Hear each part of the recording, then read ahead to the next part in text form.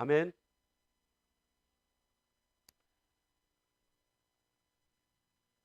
요즘 뭐 코로나 때문에 다들 아주 뭐 침체돼 있어요. 정체돼 있어요. 예. 우리 교회만 하더라도 그렇죠. 뭐 많은 행사를 하질 못하니까 자꾸 신앙이 누수되는 것 같은 느낌이 들어요. 수요기도회, 뭐 금요기도회 다들 못하죠. 예. 그러니까 마치 어떤 신앙의 큰 파워가 힘이 누수되는 것 같은 느낌이 들어요. 그죠? 오늘만 하더라도 그렇잖아요. 이제 장마는 끝났다고 하는데 무더위는 또 시작된다고 해요. 참 금년 한 해는 지난주에 설교 말씀에 잠깐 있었습니다만은 2020년은 여러모로 우리에게 많은 것을 기억하게 하고 많은 것을 생각하게 하는 하나인 것 같습니다. 우리말에요. 선동이라는 말이 있어요. 선동. 이거는요. 이 선동이라고 하는 것은 자신이나 자신이 속한 단체의 생각 또는 이념 이것들을요. 남에게 설득하고 부추겨서 같은 생각을 하게 하거나 그리고 또는 행동을 하게 하는 뜻으로 쓰는 단어인데요. 이건 선동이란 말은 우리나라에서는 좀 부정적인 의미로 쓰이죠. 선동은 빠른 시간 안에 자신의 생각을 상대에게 전하고 상대도 자신과 같은 생각을 하게 하고 행동에 옮기게 하기 위해서 하는 것이 선동입니다. 그러기 위해서는요, 이 선동을 하기 위해서는 상대의 감성을 자극하는 것이 가장 좋은 방법이라고 해요. 그러니까 선동을 하는데 상대의 감정을 자극해서, 감성을 자극해서 나를 따라오게 하고 같은 생각을 하게 하고 같은 행동, 내가 원하는 행동을 하게 하는 것, 이것이 가장 좋다 그래요. 선동하기에 좋다 그래요. 그리고요, 선동은요, 떡밥이 필요하다고 합니다. 떡밥이 뭐냐면 이 본질과는 상관없는, 그럼에도 불구하고 자신의 주장을 믿게 하기 위해서 또 자신의 주장을, 자신의 생각을 따르게 하기 위해서 얻고자 하는, 여러분들에게, 그러니까 상대에게 얻고자 하는 것을 얼마든지 줄 수 있다라고 하는 것을 함께 얘기하는 것. 그래서 무슨 뜻이냐면 본질과는 전혀 상관없어요. 그런데 내 생각과 나를 따르기 위한 행동을 하기 위해서 상대에게 좋은 것을 줄 수 있다. 내 생각과 나를 따르면 아주 좋은 것을 줄 수 있다라고 하는 것을 덧붙여서 상대에게 설득하는 것. 이것이 선동이라는 거예요. 그래서 새로운 떡밥을 잘 찾고 자기 주장에 적절하게 그리고 절묘하게 잘 갖다 붙이는 사람을 좋은 선동가라고 얘기한다고 합니다. 자, 예를 하나 들어볼까요? 예를 들어서 강당의 학생들을 모아놔요. 그리고 학생들에게 뭐라고 얘기하냐면 내가 하는 말에 동의하고 그리고 내가 하는 말에, 내가 하는 행동에, 내 이념에 함께 한다고 약속해주면 앞으로 오전 수업만 하고 오후 수업은 하지 않겠다. 그렇게 만들어주겠다라고 해요. 근데 여러분 어때요? 학생들에게 오전 수업하고 오후 수업 하지 않겠다 그러면 학생들 반응이 어때요? 좋아하죠. 좋아서 그냥 박수치고 다 따라 할 거란 말이에요. 그런데 여러분 생각해 보세요. 이거 맞는 거예요? 학생들이 공부하지 않으면요, 학업의 성과를 가질 수 없는 것이고, 그렇게 된다면 그 학교 학생들은 다른 학교 학생들에 비해서 지적 능력이 떨어지게 되는 거죠. 학생이라는 신분의 보편적 본질은 학업에 열중하는 것이고 학업의 열심을 통해 지적 능력을 성취하는 것을 말하는 거죠. 학생들의 본분은 그거예요. 그러니까 학생이라는 신분의 보편적인 본질이 그거예요. 그러니까 공부 열심히 해서 성취도를 갖고 그 성취도를 가져서 더 높은 지적 능력을 갖게 하는 것, 이것이 맞는 거 아니에요? 근데 예를 들어서 이제 아까 학생들에게 내 말 잘 듣고 나를 따르고 그렇게 약속을 확실하게 하면 오후 수업 없애주겠다라고 하는 사람에게 이같이 무슨 소리냐? 학생은 공부를 하고 공부를 해야지 지적 능력이 향상되고 지적 능력이 높아져야지만 되는 건데 무슨 소리냐? 이게 본질이 아니냐? 학생이란 신분의 본질 아니냐라고 얘기한다면 선동가는 또 뭐라 그러냐면요, 이렇게 얘기한다는 거예요. 앞으로는 세상이 바뀌어서 세상에서 AI가 모든 것을 다 알아서 하기 때문에 절대 굳이 지적 능력을 가질 필요가 없다. 그리고 앞으로 가장 먼저 없어질 직업이 뭔지 아느냐? 뭔지 아세요? 요즘 이거는 뭐 공공연히 얘기죠. 앞으로 가장 먼저 없어질 직업, 가장 인기 있는 직종 중에 가장 먼저 없어질 직업 뭔지 아세요? 의사래요. 의사. 앞으로는 AI가 모든 걸 진단하고 처방하고 수술하고 AI가 다 한다는 거예요. 그러니까 선동하는 거예요. 학생 무슨 소리냐? 학생들은 이제 앞으로 의사도 없어지고 뭐 그런 것들이 없어질 텐데 무슨 직접 능력을 올리느냐? 그러니까 학생들은 죽어라고 공부해서 의사 될 필요가 없다.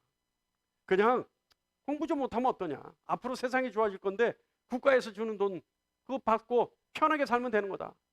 또 공부 좀 못하면 어떠냐? 지적 능력이 좀 떨어지면 어떠냐? 남들보다 좀 더 뒤처지면 어떠냐? 그래서 인간이라는 인격체이기 때문에 존중받을 필요가 있다. 여러분 어떻습니까? 학생은요, 학업이라는 보편적 진리를 단순히 오늘 공부하기 싫다, 오늘 그저 놀러 가고 싶다라고 하는 공감대를 자극해서 자신의 뜻을 따르게 하는 것, 이것이 선동이라는 거예요. 이해하세요? 이 비슷한 말로요, 비슷한 의미로 선전이라는 단어가 있습니다. 선전. 선전은요, 잘 들어보세요. 선전은 자신의 주장을 상대가 이해하도록 잘 설명하고 상대의 동의를 구하는 것, 이것이 선전이에요. 그래서 선전은 사실상 사실적인 논리가 필요하고 보편적 진리에 근거해야 합니다. 선전은 이론을 끌어대고 논증을 사용해서 자신의 주장이 옳음을 증명하는 작업입니다. 그러니까 선전은요, 어때요? 논리적이고 보편적 진리를 기반으로 해서, 그리고 사실적 논리로 상대를 설득하고 상대에게 논증을 통해 자신의 주장이 옳다라고 하는 것을 증명하는 작업, 이게 선전이에요. 그런데 반면에 선동은 대중의 정서에 호소할 만큼 그만한 팩트를 찾아 자신의 주장에 결합하는 작업이라고 할 수 있습니다. 그렇기 때문에 최종적인 목표는 자신의 주장을 널리 알리거나 사람들이 자신의 주장을 따라 행동하게 하는 것, 이것이 선동입니다. 자, 여러분, 그렇다면요, 설교는 선동일까요? 선전일까요? 여러분, 선동이다. 설교는 선전이다. 아니, 이런 식으로 비겁하게 행동하지 마세요. 오늘 한 사람씩 다 물어볼 수 있어요. 오늘 몇 분 안 나오셨습니다. 자, 선전이다. 설교는 선전이다. 오? 왜 손을 안 들죠? 네? 알고 손을 안 든 거예요? 아니면 분명히 함정이 있을 것 같아서 안 드는 거예요? 네? 여러분, 설교는요, 선전도 아니고 선동도 아니에요. 설교는 단지 선포입니다. 설교는요, 선전도 선동도 될 수 없습니다. 단지 하나님이 우리에게 하시는 선포죠. 지난주에도 얘기했습니다만은 다시 한번 강조하면, 하나님은 우리에게 설득, 납득, 이해를 구하지 않으십니다. 오로지 하나님은 우리에게 뭐래요? 명령하십니다. 기독교는 어떤 가르침이나 정치나 도덕 사상을 이야기하는 것이 아닙니다. 그런데 선전선동에 익숙해져 있는 기독교 신앙인들이 설교를 통해 익숙해져 있는 선전선동을 해줄 것을 요구하죠. 그래서 선전선동을 통해 자신들의 삶의 지표를 설정할 가르침을 주도록 요구합니다. 그리고 어떻게 사는 것이 인간으로서 존엄성과 인격을 가진 바른 삶을 살 수 있는지에 대한 대안을 제시해 줄 것을 요구하죠. 그러나 다시 강조하지만 설교는, 기독교는 가르침이 아닙니다. 영국의 사상가요, G.K. 체스터튼이라고 하는 사람이 있어요. 이 사람은 언론인이고 사상가인데요, 이 사람이 한 얘기 중에 유명한 얘기가 있습니다. 기독교는 시도된 적도 부족함을 드러낸 적도 없다. 다만 어렵다고 여겨져 시도되지 않았을 뿐이다. 사랑하는 여러분, 기독교는 뭘까요? 기독교는 무엇을 추구하는 걸까요? 기독교는요, 오늘 말씀 보면서 바울이 하는 이 대사, 또 바울이 아그리빠와 베스도 앞에서 했던 이 얘기들, 이 장면을 통해서 기독교가 무엇을 추구하고 어떤 것인지에 대한 정확한 해석이 나와 있구나 라고 저는 생각할 수 있었습니다. 여러분, 기독교는요, 하나님을 만나는 겁니다. 종교는 가르침이지만 기독교는 하나님을 만나는 겁니다. 기독교는 역사적 사실인 사건을 통해서 인간을 만나기 위해 이 땅에 오신 하나님을 만나는 것이 기독교입니다. 기독교는 종교적 사상이나 정치적 도덕성을 강조하고 가르치는 것이 아닙니다. 기독교는 하나님을 만나는 겁니다.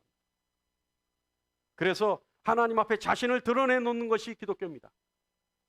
자신의 모습을 하나님 앞에 적나라하게 드러내놓는 것이 기독교입니다. 바울이 로마로 가기에 앞서 재판에서 자신을 본하는 오늘 이 본문 말씀을 통해 우리는 기독교가 뭔지 알 수 있습니다. 바울은요, 여러분, 유대인이죠. 그리고 바울은 유대교인입니다. 그리고 바울은 우리가 잘 알다시피 자신의 신앙에서 누구보다도 열심히 했던 사람입니다. 그런데 바울은 자기 열심을 증명하기 위해, 그러니까 자기 열심의 신앙을 증명하기 위해 다메섹으로 가는 길 위에 주님을 만나는 일생일대의 사건을 겪게 됩니다. 자, 오늘 우리 26장 14절로 15절 말씀 한번 다 같이 읽어볼까요? 26장 14절로 15절 말씀 다 같이 읽겠습니다. 시작. 우리가 다 땅에 엎드려짐에 내가 소리를 들으니 히브리 말로 이르되 사울아 사울아 내가 어찌하여 나를 박해하느냐 가시체를 뒷발질하기가 내게 고생이니라. 내가 대답하되 주님 누구시니까? 주께서 이르시되 나는 내가 박해하는 예수라. 여러분, 바울은 다메섹으로 가는 길 위에서 주님을 만나는 복을 누리죠. 우리 사울 바울 얘기하죠. 사울은 언제고 바울은 언제예요? 흔히들 사울은 예수 만나기 전에 사울이고 예수 만나고 나서는 바울이라고 얘기하죠. 그런데 그건 아니에요. 히브리식 발음이 사울이고 헬라식 발음이 바울입니다. 근데 여기는 왜 지금 바울이 자신을 가르쳐서 사울아 사울아 왜 그랬어요? 14절에 사울아 사울아 내가 어찌하여 이렇게 바울은 왜 그랬어요? 그 전에 단서가 있잖아요. 내가 소리를 들으니 히브리 말로 이르시되라고 돼 있잖아요. 히브리 말로 이르시되. 그러면서 주님이 사울아 사울아 불렀다는 거예요. 히브리 말로 부르셨으니까 사울이에요. 자, 근데 어쨌든 바뀌기 전에 사울이고 바꾸고 나서는 바울이라고 한다 하더라도 여러분, 바울은 자신이 믿고 있던 신에게서 돌이켜서 전혀 다른 신을 만난 것이 아니죠. 그죠? 바울이 다메섹으로 가는 길 위에서 주님 만났는데 이제껏 자신이 믿고 있었던 다른 신을 만난 겁니까? 믿고 있었던 신 외에 다른 신을 만났나요? 아니에요. 전혀 새로운 신을 만난 것이 아니에요. 지금까지 있었던, 자신이 가지고 있었던 그 신앙에서 지금까지 믿고 있었던 신을 직접 만나게 된 거죠. 그러니까 하나님을 알고 있었는데 하나님을 만나본 적이 없는 바울이 다메섹으로 가는 길 위에서 하나님을 만난 거예요. 지금까지 자신이 알고 있었던 신과는 전혀 다른 새로운 신을 만난 것이 아니라 전혀 다른 새로운 신을 발견한 거예요. 자신이 몰랐던 자신의 신의 진면목을 발견하게 된 거죠. 그죠? 여러분 생각해 보세요. 바울이 다메섹으로 가는 길 위에서 자신이 알고 있었던, 자신들에게 이스라엘에게 율법을 주셨던 하나님 외에 다른 신을 만난 겁니까? 아니에요. 그 하나님을 만났는데 이제껏 만나본 적이 없는 하나님. 그래서 그 하나님을 만난 순간 어떻게 됐어요? 바울은 그 하나님에 대해서 전혀 새로운 사실을 알게 됐던 거죠. 비포 애프터의 기준이 뭡니까? 비포 애프터. 그러니까 바울이 율법만 알았던 바울에서 예수를 아는 바울, 전혀 다른 신을 알고 하나님에 대한 전혀 다른 진면목을 알게 된 발견한 바울, 비포 애프터의 기준이 뭐예요? 주님을 만난 거죠. 바로 주님을 만났기 때문에 바울은 하나님에 대해서 전혀 새로운 사실을 알게 되는 겁니다. 자신이 가지고 있었던 하나님에 대한 지식을 모조리 무시해야 하는 인생의 대반전의 사건, 주님을 만났던 거죠. 그래서 자신이 알고 있었던 하나님에 대한 지식의 한계를 모두 극복하고 근본적으로 전혀 새로운 하나님을 발견하게 되는 겁니다. 하나님에 대한 새로운 이해를 위해 바울은 부르심을 받은 거죠. 여러분, 기독교는 종교적 가르침이나 정치적 도덕사상을 가르치는 것이 아닙니다. 기독교는 역사적인 인물을 만나는 겁니다. 역사적인 예수를 만나는 겁니다. 기독교의 시작은 예수를 만나는 것으로부터 시작하는 것입니다. 예수를 아는 것이 아니라 예수를 만나는 겁니다.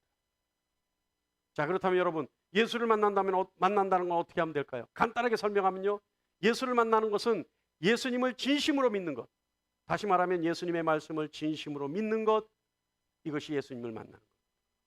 그래서 바울이 만나고, 그래서 자신의 인생을 송두리째 바꿔놓는 예수님의 간한 증언을 듣고 믿는 것, 이것이 예수님을 만나는 것이고, 또 하나는 예수님의 말씀을 믿는다면 그 말씀대로 인생을 살아가는 것, 그래서 복음을 듣고 복음대로 살아가는 것, 이것이 예수를 만나는 겁니다. 사람들은 어렵다고 여겨서 시도하지 않았던 복음에는 능력이 있습니다. 복음의 능력을 믿지 않는 많은 그리스도인들이 시도조차 하지 않았던 것, 그러나 여러분, 복음에는 능력이 있습니다. 바울이 많은 사람들 앞에서 증언하듯이 복음의 능력으로 살아가게 되는 것, 저와 여러분이 되기를 간절히 축원합니다. 자, 그렇다면 여러분, 복음의 능력이 뭘까요? 복음의 능력이 뭐예요? 마치 복음을 믿으면 마법 같은 힘이 발휘될까요? 편하게 얘기해. 편하게. 복음의 능력이 뭐예요? 마치 복음을 받아들이기만 하면 그때부터는 전혀 없었던 새로운 능력이 생겨나기 시작하는 겁니까? 아니면 하려고만 하면 모든 문제가 너무나 쉽게 해결되어져서 지금까지 아무도 하지 못했던 것들, 그것들을 마음껏 해결하고 마음껏 누리는 능력을 말하는 걸까요?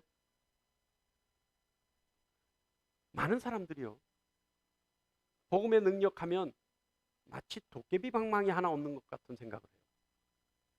하나님이 복음을 믿는 사람들에게 도깨비 방망이 하나씩 주는 것으로 생각해요. 그래서 그 받은 도깨비 방망이로 금 나와라 뚝딱 하면 금이 나오고, 은 나와라 뚝딱 하면 은이 나오고, 다이아몬드가 나와라 뚝딱 하면 다이아몬드가 나오는 줄 알아요. 그래서 도깨비 방망이를 받긴 받았는데, 나도 복음을 믿었으니 받긴 받았는데 왜 하나님은 나한테 은 나와라 뚝딱, 금 나와라 뚝딱이 안 되느냐? 그것으로 하나님께 삐지는 사람들이 있어요. 그게 복음의 능력입니까? 그런데 안타깝게도 많은 기독교인들이 복음의 능력이 그런 것으로 알고 있어요. 마치 마법의 힘을 누리는 것처럼. 그리고 자신의 한계가, 자신의 능력의 한계가, 자신의 지식의 한계가 모두가 극복되어져서 남들이 해결 못하는 것 자기가 다 해결해서 자기가 다 취하고 누릴 수 있는 것으로 그렇게 생각해요. 그러나 여러분 잘 들으세요. 복음의 능력은 그런 것이 아닙니다. 복음의 능력은 자기 자신의 영혼을 깨뜨리고 들어와서 자기 자신을 부수고 낮추게 하여져서 전혀 다른 모습의 자신을 만들어내는 것이 복음의 능력입니다. 이것이 복음의 능력입니다. 그렇다면 여러분, 복음의 능력으로 대외적인 것에 영향력을 끼쳐야, 아니면 나 자신에게 내부적으로 영향력을 끼쳐요? 복음의 능력은, 복음의 능력은요, 내가 가지고 있어서 내가 외부적으로 영향력을 끼치는 것이 아니라 복음의 능력 자체가 나에게 영향력을 끼쳐서 전혀 낮아지고 그래서 전혀 새로운 나로 바꾸어지는 것이 복음의 능력입니다. 할렐루야. 다시 얘기할까요? 자기 자신의 영혼을 깨뜨리고 들어와서 자기 자신을 부수고 낮추어서 전혀 새로운 존재로 만드는 것이 복음의 능력이에요. 그래서 하나님과의 관계를 정립시키고 그때부터 하나님의 말씀에 의지하고 순종하게 하는 것이 복음의 능력입니다. 주님이 자신의 참 소망이 되게 하는 것, 이것이 복음의 능력이에요. 기독교의 본질은 우리에게 무엇을 하라고 요구하는 것이 아니라, 우리에게 어떻게 살라고 가르치는 것이 아니라 단지 주님을 만나는 겁니다. 우리를 위해 지금도 일하시는 주님을 우리가 만나는 것이 기독교입니다. 깨달을 수 있는 저와 여러분 되시기를 간절히 바랍니다. 기독교는요, 오늘 말씀에 근거해 보면 기독교는 생명이에요. 생명. 우리 26장 16절로 18절 말씀 다 같이 한번 읽어볼까요? 시작. 일어나 너의 발로 서라. 내가 내게 나타난 것은 곧 내가 나를 본 일과 장차 내가 내게 나타날 일에 너로 종과 증인을 삼으려 함이니 이스라엘과 이방인들에게서 내가 너를 구원하여 그들에게 보내어 그 눈을 뜨게 하여 어둠에서 빛으로 사단의 권세에서 하나님께로 돌아오게 하고 제사장과 나를 믿어 거룩하게 된 무리 가운데서 기업을 얻게 하리라 하더이다. 자, 여러분, 기독교는요, 우리 조금 전에 읽었던 말씀처럼 18절 말씀처럼 기독교는요, 어둠에서 길을 잃고 헤매는 불쌍한 영혼들에게 빛을 밝혀 빛으로 인도하게 하는 것, 이것이 기독교입니다. 사단의 권세에서 하나님의 보살핌으로 돌아오게 하는 것, 이것이 기독교입니다. 제사함을 받고 하나님의 자녀로서 삶을 살게 하는 것, 이것이 기독교입니다. 사랑하는 성도 여러분, 18절 말씀 보면요, 이 세 가지, 어둠에서 빛으로, 사단의 권세에서 하나님께로, 그리고 거룩하게 되어져서 기업을 얻게 하는 것, 이 세 가지요. 이 세 가지를 하는데, 이 세 가지의 일이 뭐라고요? 이 세 가지 일을 통틀어서 뭐라고 얘기한다고요? 18절에 눈을 뜨게 한다고 돼 있잖아요. 눈을 뜨게. 자, 18절 볼까요? 눈을 뜨게 하여, 눈을 뜨게 하여, 눈을 뜨게 하여, 눈을 감고 있던 자가 눈을 뜨게 하여 어둠에서 빛으로, 사단의 권세에서 하나님께로 돌아오게 하고 제사장과 나를 믿어 거룩하게 된 무리 가운데 기업을 얻게 하리라. 그러니까 이 세 가지 일은 통틀어서 뭐라고요? 눈을 뜨게 한다는 거예요. 눈을 뜨게 하는 것. 여러분, 눈을 뜨게 한다는 게 무슨 뜻이에요? 눈을 뜬다는 것. 눈을 뜨게 한다는 건요, 이미 정해져 있다는 거예요. 이미 이루어져 있다는 거예요. 이루어져 있는 것을 눈을 감고 있었기 때문에 보지 못했지만 눈을 뜨면 어떻게 돼요? 이미 이루어져 있고, 이미 확정되어 있고, 이미 만들어져 있는 것, 이미 주기로 작정되어 있는 것, 이미 다 이루어져 있는 것이라는 겁니다. 그것을 눈으로 직접 확인하게 한다는 겁니다. 여러분, 눈을 뜨게 한다는 것, 눈으로 확인하게 한다는 것, 이것은요, 더 이상 방황하지 않고 한 가지 길로 갈 수 있게 해주겠다는 겁니다. 바울이 주님을 만나고 눈을 뜨게 되고, 그래서 남은 평생 한 가지 길로 간 것처럼 주님께서는 어둠에서 빛으로, 사단의 권세에서 하나님 품으로, 그리고 하나님의 자녀로서 거룩한 길로 가게 해서 우리에게 생명의 길을 얻게 하는 겁니다. 이것이 기독교입니다. 그래서 하나님의 기업, 다시 말하면 하나님의 나라, 정확하게 말하면 구원을 받게 하는 것, 이것이 기독교입니다. 구원이라고 하는 우리 자신의 몫을 받게 하는 것, 우리 자신에게 주어져 있는 몫을 눈을 떠서 보고 받게 하는 것, 확인하게 하는 것, 이것이 기독교입니다. 여러분, 눈을 뜨기 바랍니다. 그래서 어둠에서 빛을 보기를 바랍니다. 사단의 권세에서 하나님 품에 있기를 간절히 바랍니다. 그리고 하나님의 자녀로서 거룩한 삶의 길로 인도되어지기를 간절히 바랍니다. 할렐루야. 여러분, 기독교는요, 저는 이 말이 참 좋아요. 기독교는 결단입니다. 결단하기에 뭐가 필요해요? 결단하려면 뭐가 필요해요? 용기가 필요해요. 전부 마스크를 쓰고 있으니까 대답을 하는지 안 하는지를 모르겠네요. 결단은요, 용기가 필요해요. 그래서 제가 항상 얘기하죠. 회개도 용기가 필요하고, 순종도 용기가 필요하고, 주님을 따르는 것도 용기가 필요하고, 주님을 선택하는 것도 용기가 필요하고, 이건 용기 없으면 될 수 없는 거예요. 그래서 기독교는 한마디로 하면 기독교인은 결단한 사람들의 모임. 기독교는 결단이에요. 우리 29절 다 같이 한번 읽어볼까요? 29절 시작.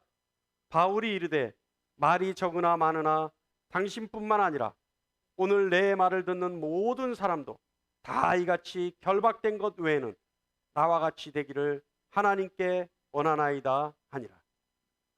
여러분, 29절 특별히 당신뿐만 아니라 내 말을 듣는 모든 사람도 나와 같이 되기를 하나님께 원하나이다. 여러분, 지금 바울은요, 예루살렘에서 마지막이에요. 이제는 로마로 가야 돼요, 바울이. 근데 여러분, 바울이 로마 가서 어떻게 되는지 아세요? 바울은 로마로 가서요, 참수당합니다. 참수형을 받아요. 바울은 로마에 가서. 그래서 바울은 로마에서 순교를 해요. 그런데 바울이 그토록 가기를 원했던 로마에서 바울은 다시 한번 주님에 대한 증언을 하고 난 뒤에 참수를 당해요. 그런데 바울은요, 참수를 당하기 위해 로마로 가는데 로마로 가기 직전에 이렇게 당당하게 얘기하는 거예요. 19절에 하늘에서 보이신 것을 내가 거스르지 아니하고, 22절에 하나님의 도우심을 받아 내가 오늘까지 서서 높고 낮은 사람 앞에서 증언하는 것, 그리고 25절에 베스도가 가여 내가 미친 것이 아니요 참되고 온전한 말을 하는 것입니다. 바울은 이렇게 얘기하는 거예요. 여러분, 바울이 말하는 게 뭐예요? 바울이 지금 주장하는 게 뭐예요? 바울이 내가 미친 것이 아니라 내가 여러분에게 높고 낮은 모든 사람 앞에서 간절히 원하는 것, 간절히 외치는 것, 이것입니다. 내가 하늘에서 보신 것을, 하늘에서 나에게 보이신 것을 거스르지 아니하고 내가 이것만을 말합니다. 바울이 말하는 게 뭡니까? 바울은요, 복음을 듣고 모두가 그리스도인이 되는 것을 말하고 있는 거예요. 주님을 만나 주님의 말씀을 믿고 그 길로 살아가게 하는 것, 그것을 바울이 주장하는 거예요. 그런데 그것보다 가슴을 뭉클하게 하는 것, 바울은 자신의 삶에 조금도 부족함을 느끼지 못하고 있어요. 그래서 나와 같이 되기를 하나님께 원하나이다. 나와 같이 되기를 하나님께 원하나이다. 여러분 생각해 보세요. 바울은 지금 예수님을 증거하다가 로마로 가서 참수당하는 인생을 마지막을 맞아요. 그런데 그런 바울이 뭐라 그래요? 나와 같이 되기를 하나님께 원하나이다. 나와 같이 되기를 하나님께 원한다는 건 무슨 뜻이에요? 나와 같이, 여러분이 나와 같이 되기를 내가 하나님 앞에 간절히 기도합니다라는 뜻이에요. 여러분이 나와 같이 되기를 내가 하나님께 간절히 간구하고 하나님이 그렇게 해주시기를 원합니다라고 하는 뜻이에요. 여러분, 바울은요, 자신의 삶을 돌이켜볼 때 다메섹에서 주님을 만난 사건으로부터 지금 이 순간까지, 이 말을 하는 이 순간까지 바울은 자신의 삶에서 조금도 부족함을 느끼지 못하는 삶을 산다는 거예요. 그래서 나와 같이 되기를 원한다고 얘기하는 겁니다. 사랑하는 여러분, 우리 한번 고백해 보기를 원해요. 저와 여러분이 이와 같이 고백하기를 간절히 원합니다. 내 이웃이 나와 같이 되기를 하나님께 원하나이다. 내 형제들이 나와 같이 되기를 하나님께 원하나이다. 내 자녀들이 나와 같이 되기를 하나님께 원하나이다. 여러분, 이거 얼마나 가슴 벅차고 가슴 뿌듯해지는 고백이고 당부입니까? 얼마나 책임감 있는 당당한 고백입니까? 자신에 대해서 전혀 부끄러움이 없어야 할 수 있는 고백, 자신의 삶에 있어, 자신의 신앙에 있어, 자신의 중심에 있어 하나도 티끌 없이 부끄럽지 않아야 할 수 있는 고백, 나와 같이 되기를 하나님께 원하나이다. 사랑하는 여러분, 신앙은 결단입니다. 그래서 기독교는 결단하는 겁니다. 기독교는요, 세상과 이별을 결단하는 것이고, 그리고 주님과 만나기를 결단하는 겁니다. 주님의 말씀대로 사는 것을 결단하는 것이고, 주님의 뜻을 따라 살기로 결단하는 것입니다. 기독교는 내 삶의 소망을 주님께 두기로 결단하는 것이고, 내 능력이 아니라 주님의 능력으로 살기로 결단하는 것이 기독교입니다. 여러분, 우리말에요, 좋은 게 좋은 거란 말이 있죠. 그죠? 저는요, 이 좋은 게 좋은 거란 말이 기독교인을 미혹시키는 가장 위험한 말이라고 저는 생각해요. 여러분, 좋은 게 좋은 거 맞습니까? 이 좋은 게 좋은 거 그냥 두리뭉실 넘어가자는 얘기 아니에요? 어떤 상황 속에서도 구렁이 담 넘어가듯이 슬그머니 그냥 넘어가자는 얘기 아닙니까? 그래서 좋은 게 좋은 거라 목사는 성도의 죄악을 보면서도, 성도가 죄를 짓는 것을 보면서도, 성도가 잘못된 길을 가는 것을 알면서도 절대 얘기하지 않아요. 왜요? 말했다가 시험 들었다 그럴까 봐, 말했다가 시험 들어서 떠나갈까 봐. 좋은 게 좋은 거예요. 얘기하지 않아요. 좋은 게 좋은 거라서 교회에서는요, 잘못된 것을 절대 말하지 않습니다. 그저 좋은 게 좋은 거라서 무조건 감싸주고 넘어가는 것이 맞다고 생각해요. 아니에요. 결코 아니에요. 결코 아니에요. 좋은 게 좋은 것이 아니라 결단입니다. 기독교는 결단하는 겁니다. 그냥 두리뭉실 넘어가고 구렁이 당 넘어가듯이 넘어가서, 그래서 그 결과가 물에 물 탄 듯, 모에 물 탄 듯, 그냥 이 맛도 저 맛도 아닌 소금의 맛도 안 나고 빛 가운데 어둠 가운데 빛도 없는 그런 것이 아니라, 세상인지 교회인지 분간 안 가는 그런 것이 아니라, 기독교는 결단입니다. 그래서 내가 많은 사람들 앞에서 여러분도 나와 같이 되기를 하나님께 원하나이다 라고 하는 말을 떳떳하게 할 수 있는 삶을 살겠다고 결단하는 것이 기독교입니다. 여러분, 오늘 저와 여러분이 이와 같은 결단을 할 줄 아는, 할 수 있는 저와 여러분이 되기를 간절히 바랍니다. 그래서 여러분 결단하는 거예요. 내 가족이 나와 같이 되기를 하나님께 원하나이다. 내 이웃이 나와 같이 되기를 하나님께 원하나이다.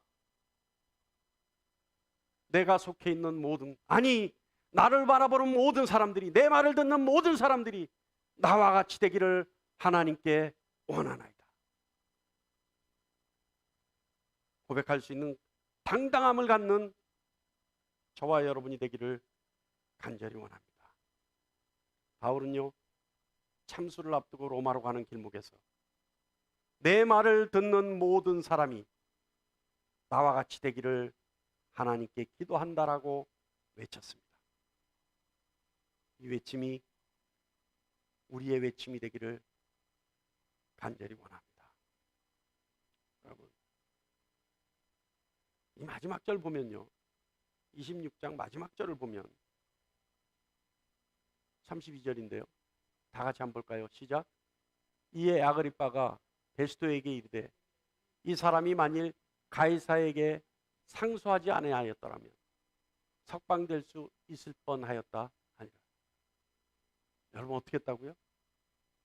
지금 바울이 로마로 가기 위해서 가이사에게 상소하지 않았다면 그냥 이 자리에서 석방시켜도 아무 문제 없는 사람이다라고 얘기했다는 거예요. 누가요? 재판관들이. 그런데 바울이 로마로 가기 위해서 가이사에게 상소했기 때문에 우리가 풀어줄 수 없고 로마로 보낼 수밖에 없다는 얘기입니다. 그래서 바울은 순교하는 거예요. 로마로 가기 위해 노력했기 때문에 로마로 가게 됐고, 로마로 갔기 때문에 거기서 순교하는 거예요. 근데 바울은 얘기합니다. 내 말을 듣는 모든 사람들이 나와 같이 되기를 하나님께 간절히 원하나이다. 여러분, 우리의 삶의 결정적일 때, 우리가 무엇인가를 선택해야 될 때, 우리가 우리의 선택을 누군가에게 보여줘야 될 때, 우리가 우리의 삶의 터닝 포인트를 찾았을 때, 우리가 우리의 삶의 마침표를 찍을 때, 내 말을 듣는 모든 사람들이 나와 같이 되기를 하나님께 원하나이다 라는 마지막 고백을 할 수 있는, 선포를 할 수 있는 저와 여러분이 되기를 간절히 원합니다. 우리 다 같이 한번 미리 연습 한번 해볼까요? 다 같이 미리 이거 연습해야 돼요. 이거 연습 안 하면 입에서 잘 안 나와요. 그죠? 자, 다 같이 연습합니다. 내 말을 듣는 모든 사람들이 나와 같이 되기를 하나님께 원하나이다. 시작.